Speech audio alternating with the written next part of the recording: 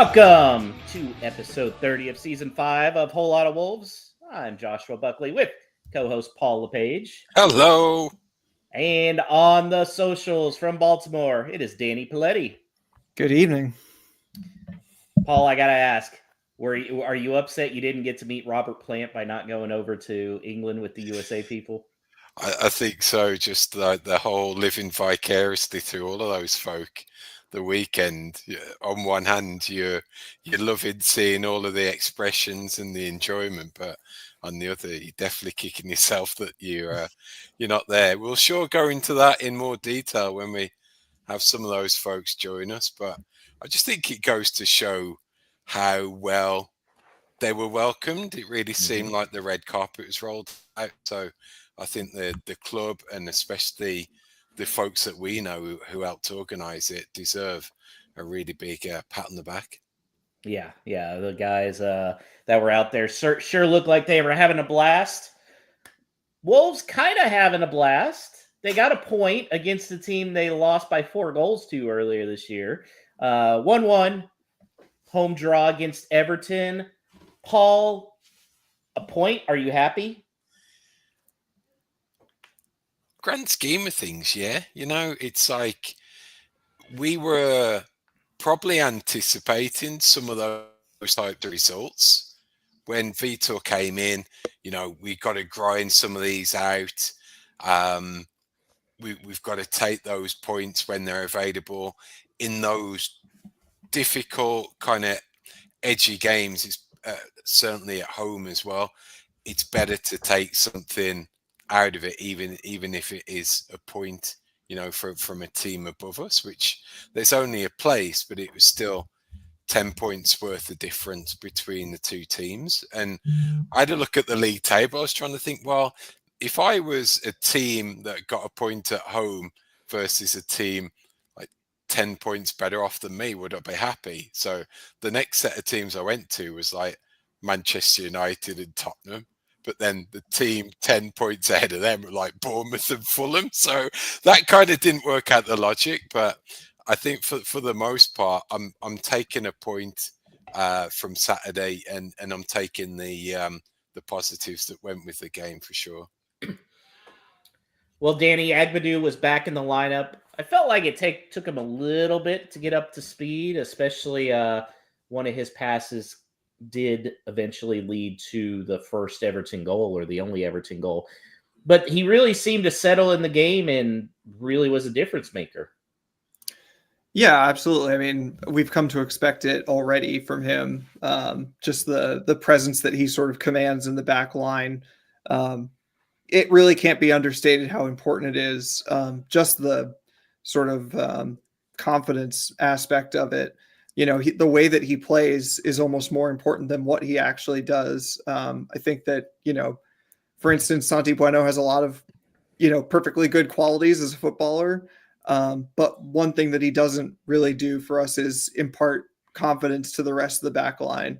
And so I just like having him back in, even at like probably not 100%. I mean, good Lord, he looked like Forrest Gump with all the strapping on his legs. I can't imagine that he's at 100% yet, but even just having his confidence back in was hugely important. And, I think there's also something to be said for the fact that he's only, a couple months or a month and a half into his time with us, if you, take out the injury layoff. And so the bit of wild passing, I'm hoping will start to amend itself as he, gets a little bit more settled with his teammates. Paul, the first goal was kind of an unlucky deflection there, but all around, maybe they could have done better on defense. How did you feel about the defense, otherwise, aside from that goal? Aside from that, I thought they looked pretty cool, calm, and collected. I think there were a couple of times, maybe in the first half, where there were a few shaky moments with the ball bouncing around a little bit in the back, and I can't remember who got the block, whether it was Agbedu or Totti, and off Beto. No, was it? Yeah, maybe. No, Decore. When it was kind of bouncing around, he swiveled and shot. So you kind of had a few of those moments, but it's like those elements of just maybe better composure, stronger confidence. You're not that fearful when it comes to set pieces as much anymore. And I think that goes back to Agbadu as well. And maybe some of the intangibles that we don't necessarily see, he's helped bring that type of solidity back. And I think it certainly, it'll be unfair that he gets a lot of the credit, but I think we've got to tip our hat as well to Totti as well, because he had some real standout moments. And I think he goes under the radar a little when it comes to the cool, calm, and collected nature that he can play. Looks a bit ropey at times, but he's got that recovery in him. So I think when you had those two in, definitely more stronger, more organised at the back. I think Doc helps with that organisation from set pieces as well, and his capability in the air. So if you're comparing those two fixtures, defensive wise, night and day, and long may that continue for us. Yeah, Danny, let's talk about Totti because he's really like stepped up his game since he's come back from that injury. What do you think is the difference there? I do think, like I said earlier, a big part of it is that that partnership that he seems to be forming with Agbadu. I think Agbadu allows him a bit more freedom because of what Agbadu can do in the center.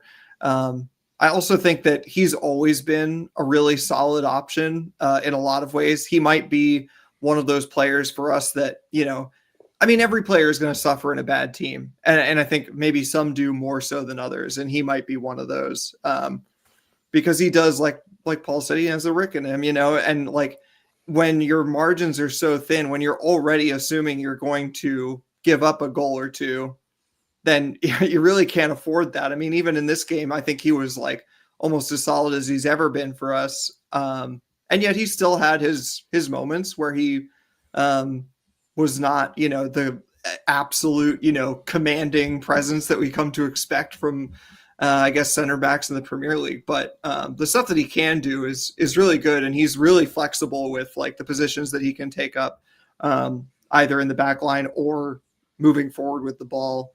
I mean, we're going to see in the next week or so, if he gets a call up for Portugal, but I'm starting to think that he is sort of moving from the periphery of that squad, like maybe sometimes called up to maybe not. And now maybe he's more solidly like in that picture all the time. Yeah, I've been really impressed. Like I said last week, I felt like the Cunha situation really took away from really how brilliant Totti was in that game. Danny, I feel like you called it. I didn't go back and listen, but did you not call Dendoncker 2.0 scoring this week? I don't even remember. I'm going to be honest. It finally happened, Paul. He finally scored. What did you think of the goal? I thought it great goal, fantastically worked. Like to begin with, I was kind of questioning in that lineup, and I was thinking, well, is Bellegarde gonna be playing more advanced, and how they're gonna fit in? I really wasn't quite sure where Donk 2 was gonna pop up, but that was exactly the right place, right time, great pass from Bellegarde, and what he'd been threatening. So good all-round goal, and that's the type of thing that you're looking from him in that position. I will add, I thought up to that point and what he was doing, Bellegarde was on target to be potentially man of the match. I really liked him in that position, on like more of the left of a central midfield three. That didn't quite continue into the second half somewhat for whatever reason. But I thought his role, his drive, that was the real kind of cutting edge that we had. And I thought that we looked much more dangerous when he was picking up that ball in the spots he was finding it, running at Everton. I thought that was where the opportunities can come from. And so it showed with the goal. Danny, without Cunha, do you think Menetzi is important to Wolves' attack now?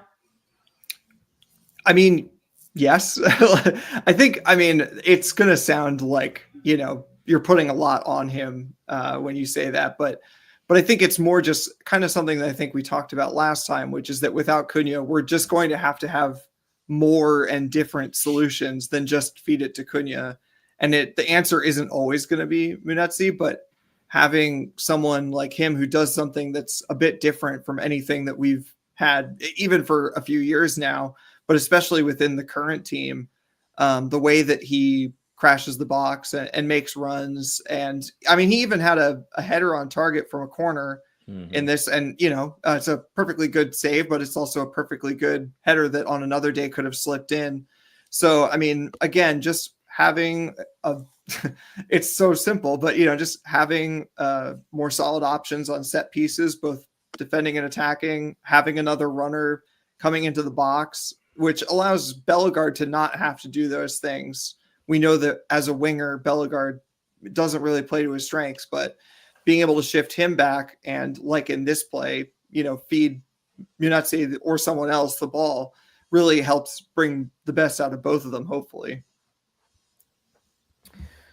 Paul, let's talk about Strand Larson. Kind of a tough game. A lot of people online were saying he wasn't being aggressive enough, but he was going up against a lot of big bodies in Everton.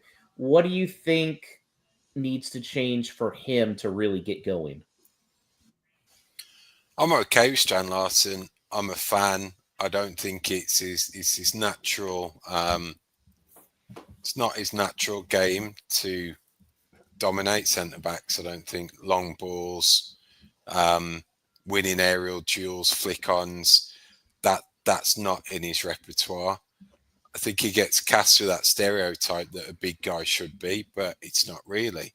I think for him to click or to get a better output, either assists or ultimately goals, it's about partnerships. And it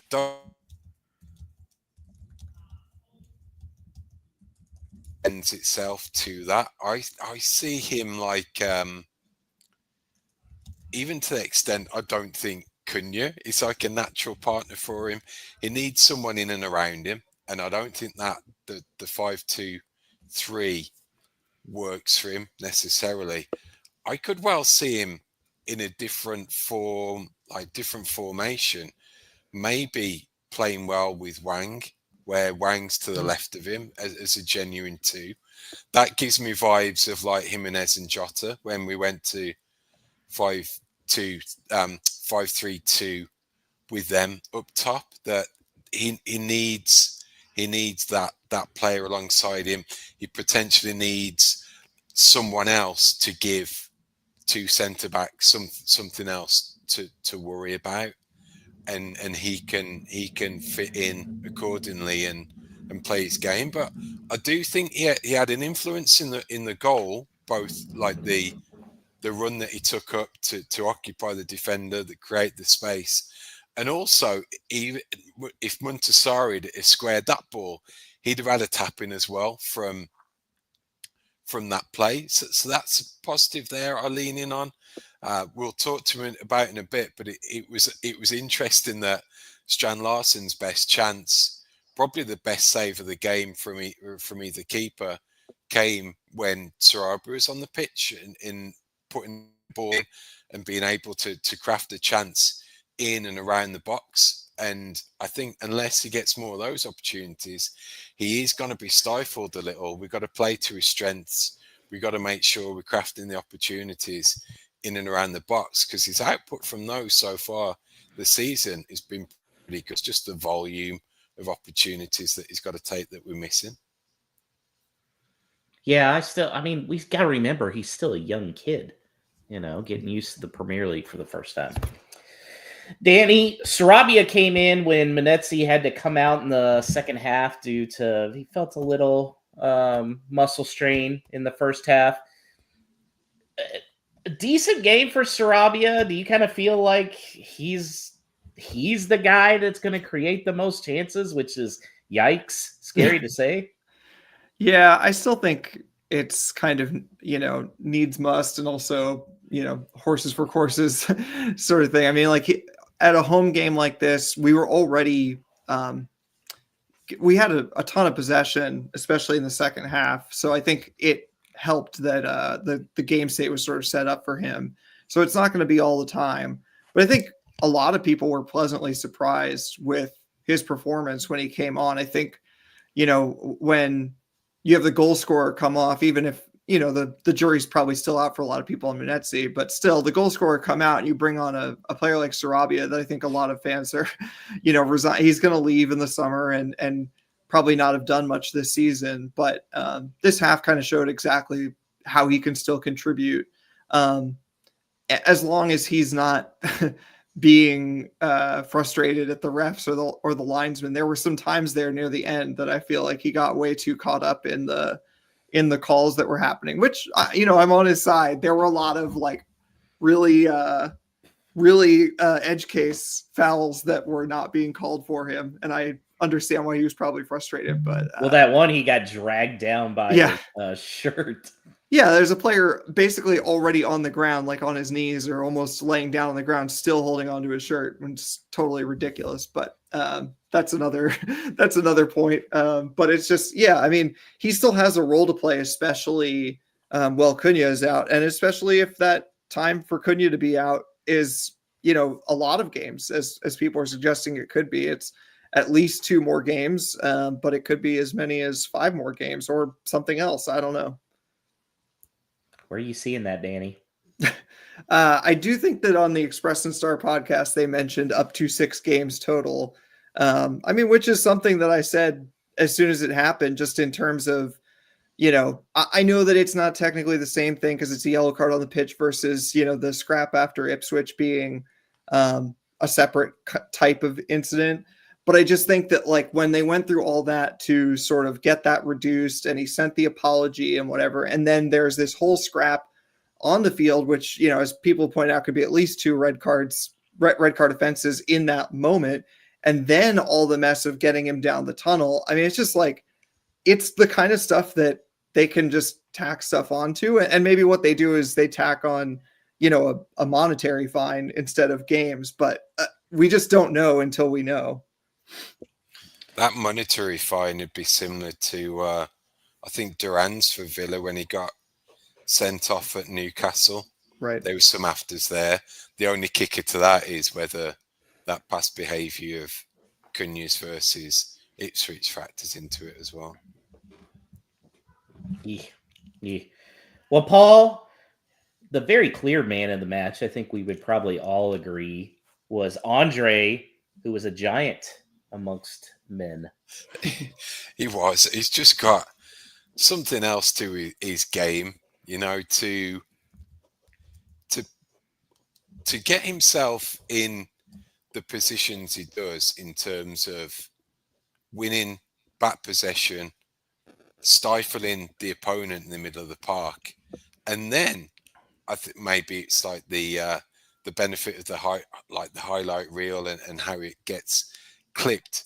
But some of the balls that he was starting to ping out on Saturday as well, it's like he's beginning to just turn into an absolute 100% complete central midfielder, not just defensive, but adding additional strength to his game, which is phenomenal. And I think as these weeks go by, he's really showing that it could be tremendous value monetarily wise that we picked him up for. So if we stay up, if we can't be caught, he's definitely the type of player that you got to start building that team around next year, because if you can craft a central spine of him and Joe Gomez, Agbadu, Totti at the back, Larson, someone else up front.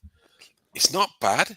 It's just adding pieces to the puzzle. But I just think he's head and shoulders at the moment in terms of central midfield playing. It's fantastic. Danny, is he even going to be here next year? Yeah, that's what I was going to bring up. I think we do keep him next season, but I think I'm starting to feel like anything beyond that is extra, is a bonus, because it's not just his ability, which is not only good but also really consistent, but it's also like there aren't tons and tons of other defensive midfielders out there in Europe playing at his level, in his specific position. And I think if City had not already sort of went and got their Rodri replacement, that's like the level that I could see him getting to. I think he is destined for much bigger things, regardless of, where Wolves end up either at the end of this season or at the end of next season. It would take, a tremendous upturn in Wolves' position to think that a player like him is going to stay around for a long time. I hope he does. I hope it's not just next season, but the one after. But I'm treating it like I'm expecting to get next season, and if we get the season after that, I'll be extra happy. But who knows? Like Paul said, it's a great value, and we all worry about the dollar signs that Jeff Shee gets in his eyes when that happens. So here's my bold prediction. If nobody goes after Cunha's release clause, Andre does not stay this summer. I think Wolves are counting on some money, and if Cunha does end up staying because of the red card violence issues, then I could see Andre being the one that leaves. Danny, let's talk about the catchability ratings now. I mean, that was a big point. So what are we looking like? Well, I mean, as you know, we're now up to 6 points clear of Ipswich and Leicester. Obviously, neither of them got results. And of course, since I made that chart that you're referencing that I put on Twitter, we've gotten 2 games out of the way. So the point gap has grown by 1, and the number of games to be played has shrunk by 2. So, I know people get very uncomfortable when I say this, and that includes myself, but it's starting to feel very difficult for Wolves to be caught. And I will continue to use that terminology and not say that Wolves are safe, because they are not. But when you look at the schedule for these teams who have not played very well overall, so they're both at basically like 0.6 points per game at this point, and they've got, I think, 10 games to make up at least 6 points on us while we're also playing games. But like Ipswich, if we think that's the main threat, which I think most of us agree on, they next play Forest, then they play Bournemouth. After that, they play Chelsea, Arsenal, Newcastle. And in the middle of that, after the Bournemouth game, they host Wolves. And if Wolves can get even one win in the next 2 games before going to Ipswich, then I think you're really looking at like anything but a loss there makes it basically, I'm not going to say impossible, but like vanishingly difficult for Ipswich to put together enough wins. Again, we're talking about a team, both of these teams, which, and I'm not just shit talking them. Like, Wolves have been very poor, and I will not be surprised if Wolves pull out some results that make us all feel very sad between now and the end of the season. But these are 2 teams that have not been performing very well all season, and for them to catch us, you're talking about them having a turnaround that we have not really seen a glimmer of from them. So Todd says in the chat that he's about 67% sure that we'll stay up. And I'll just tell you that the people who actually, make the odds for these things and put them into computers say that we only have a 5% chance of being relegated. So even Todd's being more pessimistic than that. So He actually says %67, so that makes me think he's having a couple of Lamort Yeah. shots. So Paul, this would already be over if we had beaten Ipswich like we should have the first time, but it got Gary O'Neill gone. So was that loss worth it?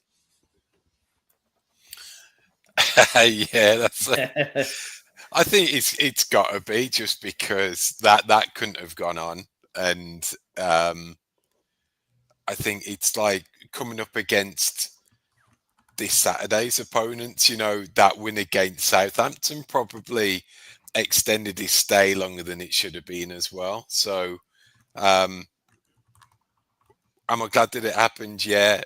Did I need to take the defeat for it? Probably, in the hope that as this season's panned out, it probably won't have been all of that. And certainly if we reverse that scoreline at Portman Road in a few weeks, then we can all come away from there being happy with all the way it's gone. Yeah, I just want to add to that I just think that, like, I was pretty understanding of the problems that Gary O'Neill was having at the time, but I mean, the difference is plain to see for anyone, and I'm not going to sit here and praise Vitor Pereira to the rafters. I think he's done an admirable job, but we're really going to have to see what happens when we start at 0 next season, hopefully in the Premier League, because right now he's being measured against, again, 2 or 3 very poor teams. We're talking about him potentially, rescuing Wolves, like we talked about Lopetegui doing, but he's going to rescue Wolves potentially by us, staying alive with like 31 points, which is like, I don't know if it's a record low, but it's certainly down there. So, I mean, he's being measured against something that's making him look way better. But I mean, we can all feel it when we watch these games. Yes, we've still conceded some silly goals, including the one this game, which I wouldn't say silly, but there was sloppy defending in there. She hasn't completely fixed it, but we all remember what it was like in the reverse fixture playing against Everton and the sort of calamities that we would have defensively. So at the very least, you have to say that we are just a much more organized team now. Hell, he found a spot for Andre in the lineup. And Bellegarde. And Bellegarde, yeah, right. Well, Paul, you mentioned Southampton, and that is who Wolves are facing on Saturday. It's 11 a.m. Eastern, 10 a.m. Central Time. Guys, I look at the schedule, and there's a lot of don't lose games left on the schedule. Ipswich probably being one, Leicester probably being one. But, Paul, I feel like this game is a must win. You got to get 3 points from Southampton. I'm still in the not lose camp at this point. I don't think, and I think it's a little naive to look at the opponent on Saturday and think we've got to go there and get 3 points. I'm more happy with like not losing based on a lot of what's already been said about the potential for the other 2 teams down there to get a result. So I think with that bigger picture in mind, I'm okay going there and getting something, because I don't think it'll be a disaster based on how the others are going to do.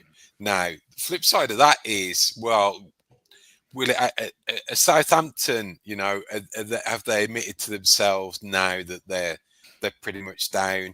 Are they going to be playing with any type of freedom, or are they thinking that they've still got something to play for, and are they going to try and take the onus against us to try and get 3 points themselves to somehow claw themselves out of it? I'm not too sure what their setup is going to be in a way that might make it a little easier for us. So based on all of that, I'm still in the must not lose camp rather than must win. How about you, Danny?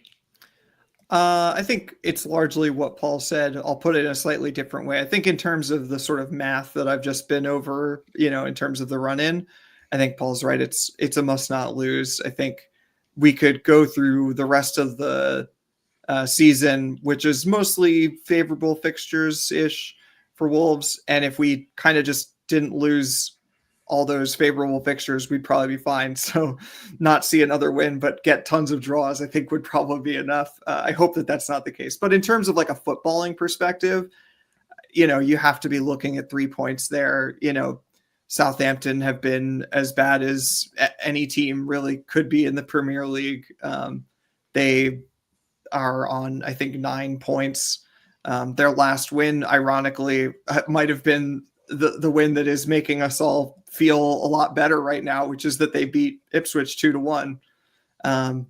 So, I mean, by the metric that, Ipswich are not miles and miles away from us, then Southampton still have a capability to do something, especially if Wolves are not organized or if they come out asleep. So, I'm sure Vitor will say, we look at every game to win it, and that's what they'll try to do.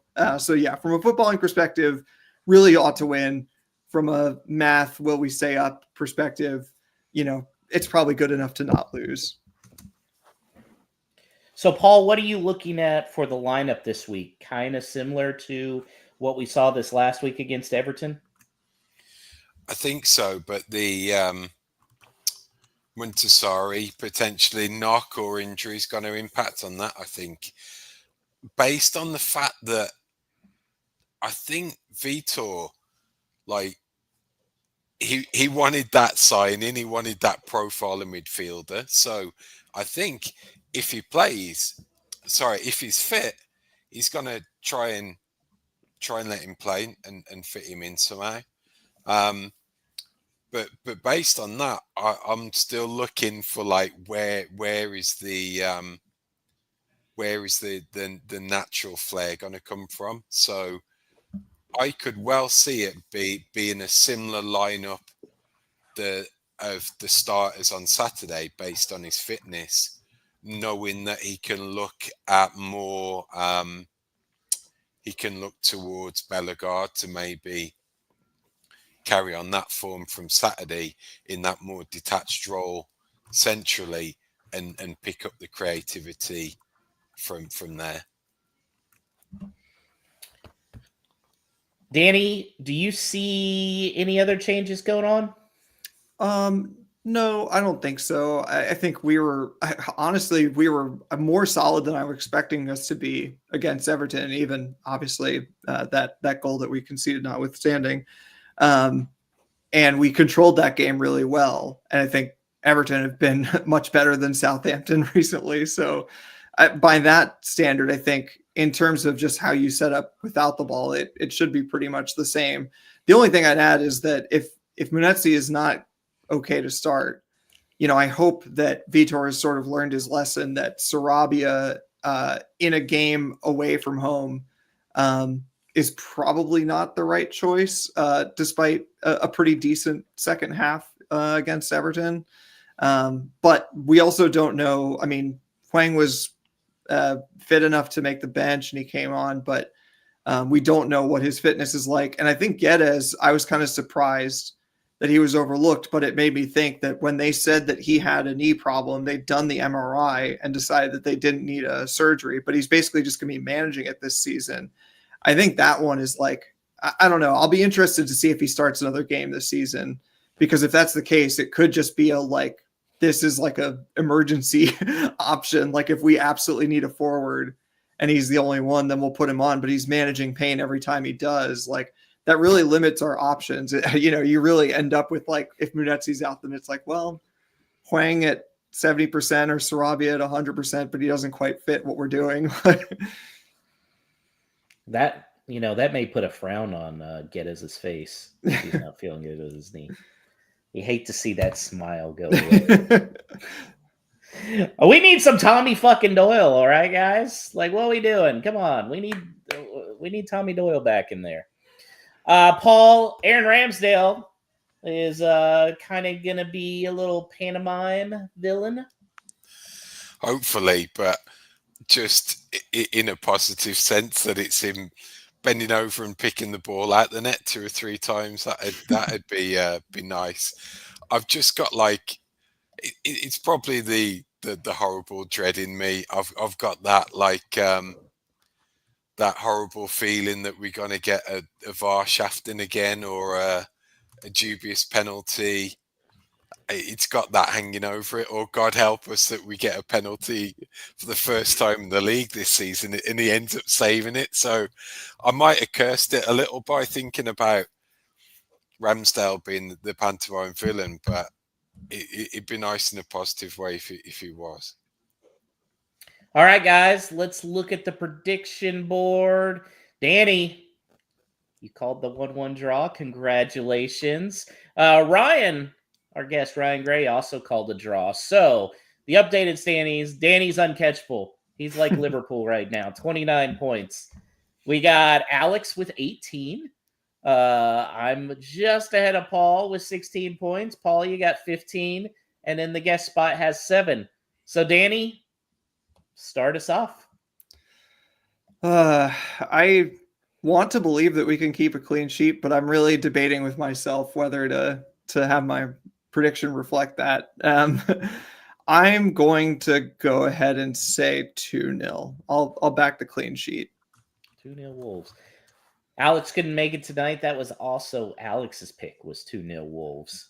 Paul? I am going for that clean sheet. I am going for a Wolves win, but I think it's going to be pretty tense, pretty fraught, have very similar vibes to the Bournemouth away victory in the league. So I'm going Southampton 0, Wolverhampton Wanderers 1. You stole mine, Paul. You stole mine. So should I just play not to lose points to you? I think I am. I gotta go. I think it's this is a Wolvesy game where we play down to the competition. It's bound to happen, right? Yeah, especially on the road. I'm gonna say 1-0 Wolves win.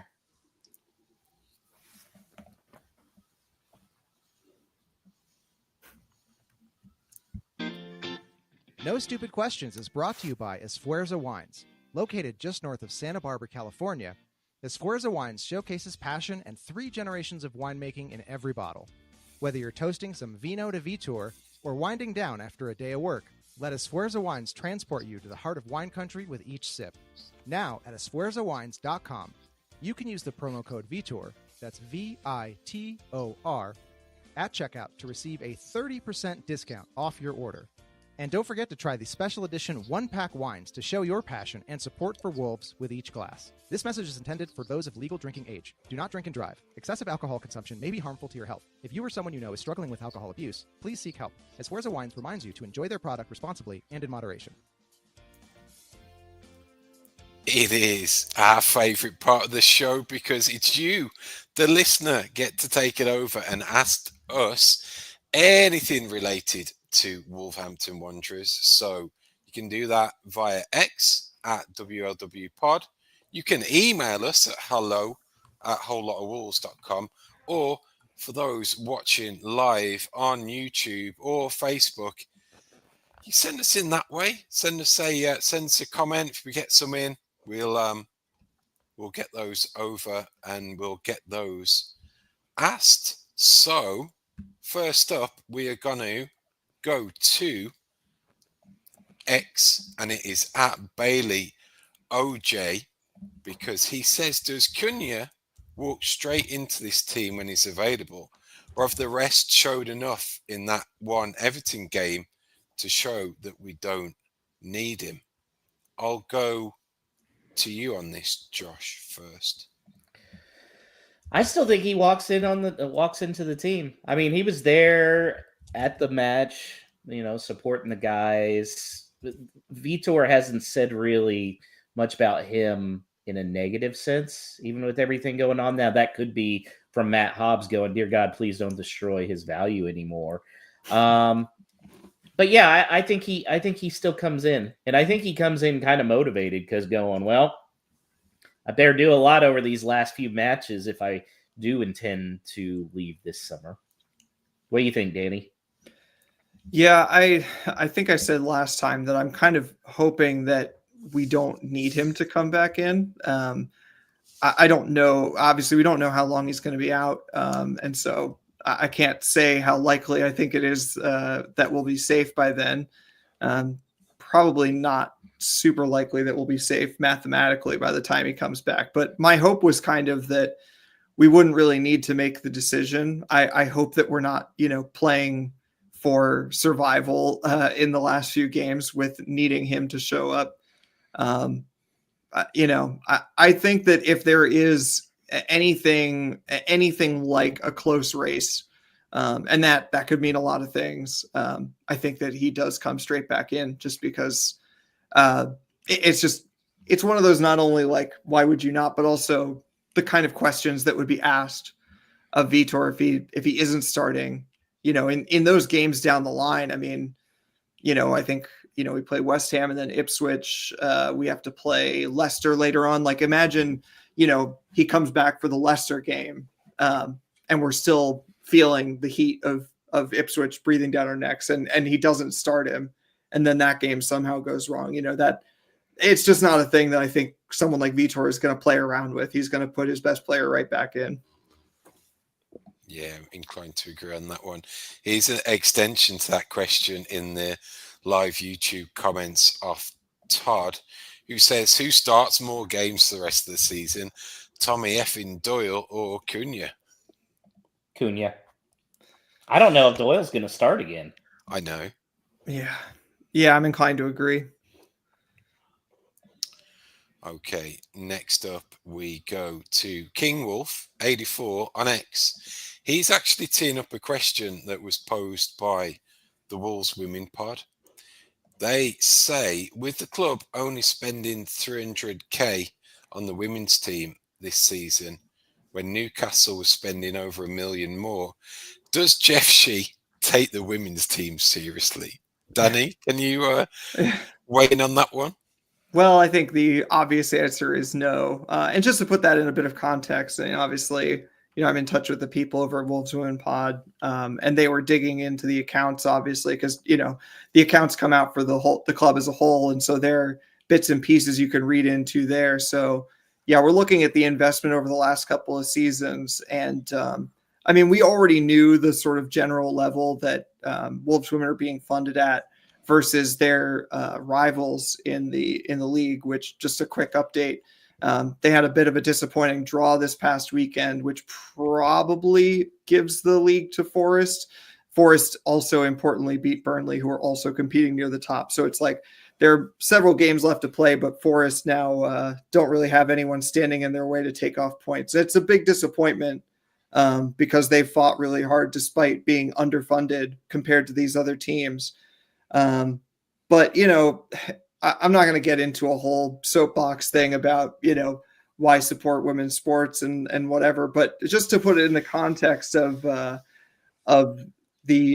overall women's game in England, if you look at all the teams that are currently in the Premier League, Wolves are the ones who fund their women's team the least.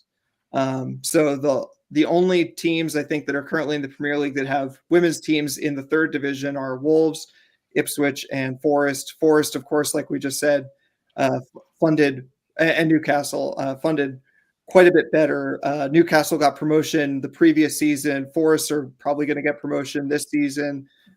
Ipswich, of course, is a slightly different case because it's a tiny club to begin with. But Wolves, despite being in the Premier League comfortably for many seasons now, we'll say comfortably at the end of the season, but for what would be a relative pittance, have not really stepped up their funding of the women's side commensurately. I think that Southampton are in the second tier as well, but then basically every other Premier League club is up in the WSL in the top tier in the women's division.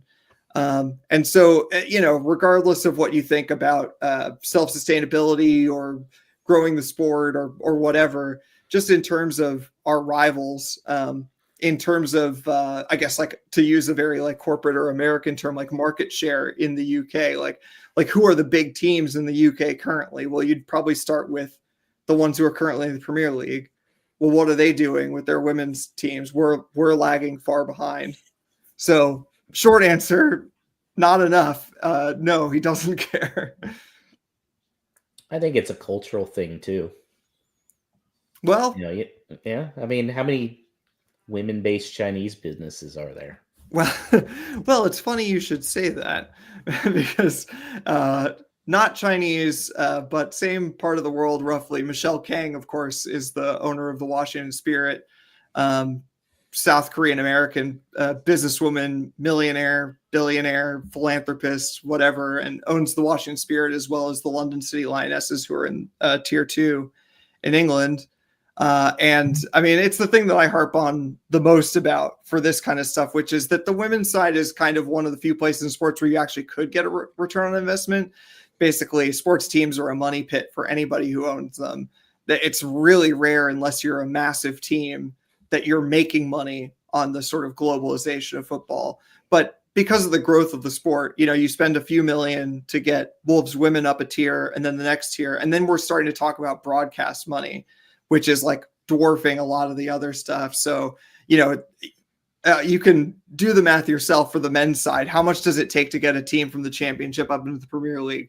And how quickly do you earn that back in broadcast revenue? It takes a while, because if you've spent a decade trying to get up into the Premier League, you've already dumped Premier League money into it for several years. I'd also be curious to know how much he has spent on the esports, and if it is as much or maybe even a little bit more than the women's side. We'll never I wouldn't know. be shocked. I would be 0% surprised. Yeah. Yeah. And that's this week's No Stupid Questions taken care of.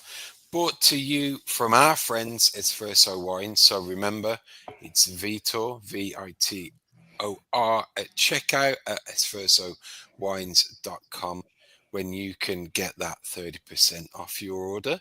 And it puts a cherry on top of this week's show too. So thanks to Danny on the socials, and Alex producing, and you, the listener or streamer, because this show is for you. And this week we even celebrated our 100 subscriber on YouTube. So propel us to Mr. Beast-like status if you haven't done so already, and head over there and please do the same, or a review on your podcast platform of choice, because all of that helps with our exposure and gets the word out. So this week, if you are shopping, if you're going grocery shopping in Sainsbury's and spot Vitor like my mom and dad did today, just tell him, up the mighty Wolves. Nice.